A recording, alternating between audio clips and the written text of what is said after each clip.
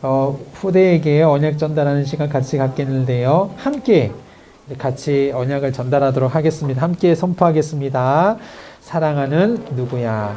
너는 하나님의 자녀란다. 사탄의 권세를 이기신 만왕의 왕이신 그리스도, 죄와 사망을 이기신 대제사장이신 그리스도, 만나는 길이 되신 참 선지자이신 그리스도가 지금 내 안에 함께 하신단다. 아멘.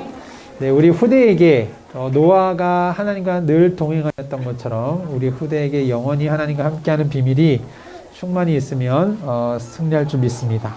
우리 말씀 같이 읽겠습니다. 마태복음 5장인데요. 우리 3절, 4절, 5절만 같이 읽도록 하겠습니다. 오늘 본문에도 이 부분이 언급이 되어 있는데 우리 3절, 4절, 5절 같이 함께 합독하겠습니다. 심령이 가난한 자는 복이 있나니 천국이 그들의 것이며 애통하는 자는 복이 있나니 그들이 위로를 받을 것이며 온유한 자는 복이 있나니 그들이 이 땅을 것이며. 아멘. 우리가 계속 깨어있으라 말씀하셨습니다. 깨어라.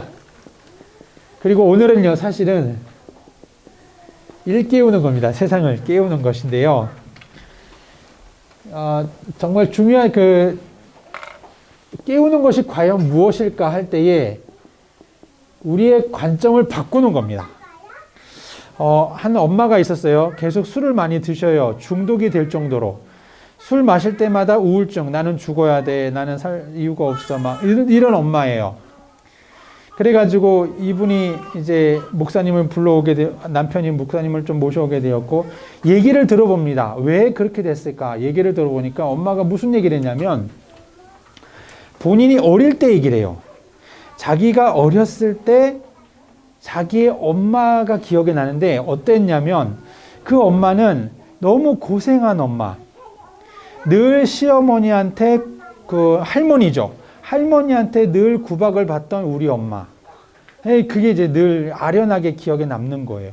그래서 이제 이분이 어릴 때 얘기지만은 그때 그 엄마 모습을 볼 때마다 나는 엄마한테 잘해주고 싶다. 엄마가 웃으면 너무 좋은 거예요. 늘 엄마는 힘들었고 고생하셨고 또 할머니한테 많이 이렇게 힘들어 하셔서 늘 그런 모습에 이 어린 딸은요, 늘 엄마 행복한 게 이 아이의 이제 마음에 큰 소원이 된 거예요. 그러니까 이제 엄마 말 잘 듣고요. 그럼 엄마가 좋아하고, 엄마 이렇게 앞에서 이렇게 참, 엄마 말 잘 들으니까 엄마가 너무 좋아하세요. 엄마가 이렇게 공부 열심히 해서 또 성적 좋게 가져오니까 엄마가 또 너무 좋아하세요. 그때부터 이 아이는 엄마를 위해서 엄마의 행복이 나의 행복 이렇게 되면서 막 살아온 겁니다. 그런데 이 딸이 이제 자라서 한 청소년 한 20살 됐을까요? 비교적 일찍이 어머니가 이제 돌아가시게 된 거예요.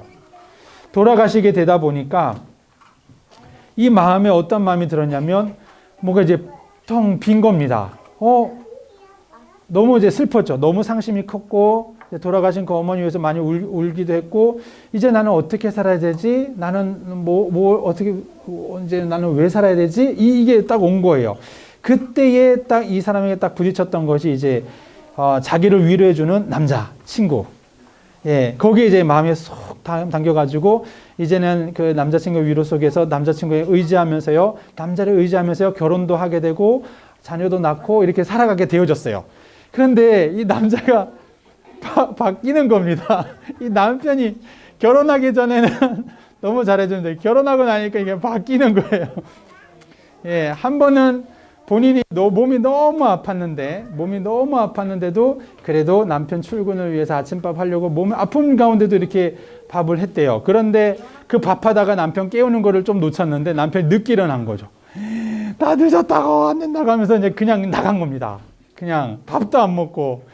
거기에 이 여자분이 또 마음에 깊은 상처. 남편을 위해서 이랬는데 내가 이렇게까지 했는데 남편은 그것도 몰라주고 한다면서 이렇게 온 거예요. 그래가지고 이분이 마음의 관심이 어디로 바뀌었냐면 그때 당시에 어린 아들. 유치원 아들한테 이제 마음에 쏙 당기면서 이제 아들한테 집착을 하기 시작하는데 이제 과잉 보호까지 이렇게 가게 된 겁니다. 그러니까 이 아들이요 이제 싫은 거죠. 엄마 싫어 해가지고 청소년 때 집을 나갔어요. 가출을 했어요. 엄마 귀찮다고 너무 심하게 하니까 근데 집을 나간 거죠. 그때 이제 이 어머니는 이제 술을 마시기 시작한 겁니다. 남편도 필요 없고 이제 아들도 필요 없고 나는 뭐냐 이렇게 하면서 우울증에 계속 술 마시면서 자신의 신세를 한탄하는 그런 모습이었는데요. 그러한 모습에 이제 우리가 이제 보는 거죠. 목사님 가서 이렇게 복음 전하고 또 예수님 영접하고 이런 일들에 대한 그런 얘기들을 저는 이제 들은 바가 있었습니다. 무엇을 보고 싶었냐면은 과연 그분에게 있어서 진짜 문제가 무엇이고 해답은 뭘까요? 해답은 그 사람 인생에게 진짜 돈이라는 것이 답일까요? 노력이라는 게 답일까요? 아니면 인간에 대한 사랑이 그게 답일까? 사실은 우리 인생에 보면요, 많은 사람들이 이걸 가지고 심리적으로 다 보겠지만은 진짜 우리 인생의 문제는 영적인 거 보지 않고서는 답 안 나온다는 얘기입니다. 우리 인생의 진짜 문제 바로 하나님을 떠난 근본의 문제. 사실은 그분의 인생 가운데에 하나님은 없었어요. 사실은 늘 뭔가의 집착의 대상이 있었지 사실은 하나님이 없었죠. 영원하신 하나님 만나면 돼야 될 그런 중요한 문제인데 그분의 인생에게는 자꾸 다른 관계에 마음에 뺏겼던 것을 우리가 알게 되어집니다. 오늘날 우리 인생에 깨어있으라. 무엇을 깨어있으라 하면 부지런히 살아라 이 얘기가 절대 아니지요. 알지요. 무엇입니까? 영적인 것을 보는 것이 깨는 겁니다. 그래서요 그 속에 사탄이 발견되고요. 거기에 역사는 사단이 보여지고 유일한 해답 대신 그리스도만이 유일한 해답이라는 이 비밀이 오직으로 발견되는 것이 사실 우리가 늘 깨어있는 상태입니다.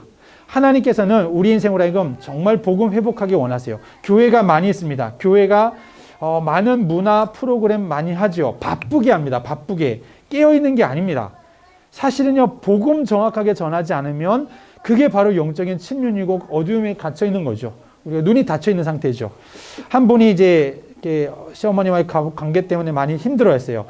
좀 느끼는 바가 있었어요. 오히려 그것이 우리를 깨우는 거 아니냐 이럴 정도로 사단이 틈타지 못하도록 사단이 역사하지 못하도록 진짜 우리 인생 오직 복음만 전하는 우리 인생 될 수 있도록 오늘 이 시간에는 우리 주님께서 이렇게 얘기하십니다. 세상을 깨우는 얘기하실 때에요. 주님께서 복에 대한 얘기하십니다. 심령이 가난한 자가 복이 있다. 우리 인생 복음이 오직으로 붙잡아지는 것이 그게 진짜 복입니다. 그러면서 하신 말씀이 애통하는 자가 복이 있다 말씀하셨어요. 우리 인생 복음 알고 하나님의 뜻 알고 영혼에 대한 사랑하는 것 그거 진짜 아는 자가 바로 우리가 받는 최고의 응답이죠. 하나님 이걸 원하십니다. 그래서 진짜 주님이 원하시는 게 뭘까요? 하나님이 원하시는 하나님의 뜻, 하나님의 마음 이게 과연 무엇일까? 깨어있는 성도로 하여금 하나님은 진짜 복음운동 회복하기 원하십니다. 깨어있는 성도로 하여금 하나님은 정말로 사단의 정체를 밝히고 제약과 재앙을 막고 하나님 만나는 그 인생 축복 누리도록 이 복음운동 하기를 원하십니다. 아까 얘기했던 우리 그런 아주머님 같은 이야기도 보면요. 사실은 그 마음속에 하나님 없이 늘 다른 것에 매여 있었어요. 하나님 영원하신 하나님 만나야 되는 것이 유일한 답이지요. 그 인생의 진짜 복음운동 이 복음으로 계속해서 우리가 전도하면서 또 다른 후대 충성된 자를 남기는 전도운동 영원히 무너지지 않는 교회운동 여기에 우리의 마음을 두고 하나님 이거 원하십니다. 이거 회복하길 하나님 원하시죠. 언제일까요? 가장 우리가 이 복음 운동하다가도 낙심되는 순간도 있지만은 성경에는 놀라운 비밀이 있습니다. 디모데후서 4장에도 보면 바울이 그 모든 전도했던 사역 가운데 맨 마지막 순간이었어요. 순교하기 직전 순간이었는데 많은 사람들이 떠나갔다는 얘기를 합니다. 그러나 주께서 내 곁에 서서 나에게 힘을 주신다 말씀하시면서요. 모든 이방인들이 이 복음의 증거되어 듣게 하려 하심이라. 우리의 바울의 인생의 연약한 순간조차도 하나님께서는 그를 깨우시고 깨닫게 하시는 깨우게 하시는 이 일들을 이루시는 거죠. 우리 인생에 실패하는 일들 위기 속에 있는 일도 있습니다. 그러나 오히려 그럴수록 하나님은 그 실패와 위기 속에서도 세상을 깨우는 일을 하나님은 하고 계신다는 사실입니다. 바울이 풍랑만한 그때에 죽을 만한 위협에도 하나님은 네가 가이사 앞에 서야 하겠다 말씀하셨거든요. 바울이 가장 고통스러운 그 질병 순간에도 하나님은 그 약한 데서 내 능력이 온전하여짐이라, 내 그리스도의 능력이 네게 머물게 하기 위함이라, 이렇게 말씀하십니다. 우리 인생에 어떤 것도 문제되지 않고요, 결론으로 날마다 깨어있는 상태, 날마다 깨우는 우리의 인생, 이 비밀을 누려야 되겠는데 계속 우리는 복음에 대한 예배 속으로 들어가야 됩니다. 오늘도 주신 말씀이 평일교회 또 기도에 얘기하셨거든요. 계속 날마다 회복하는 겁니다. 날마다 예배와 기도.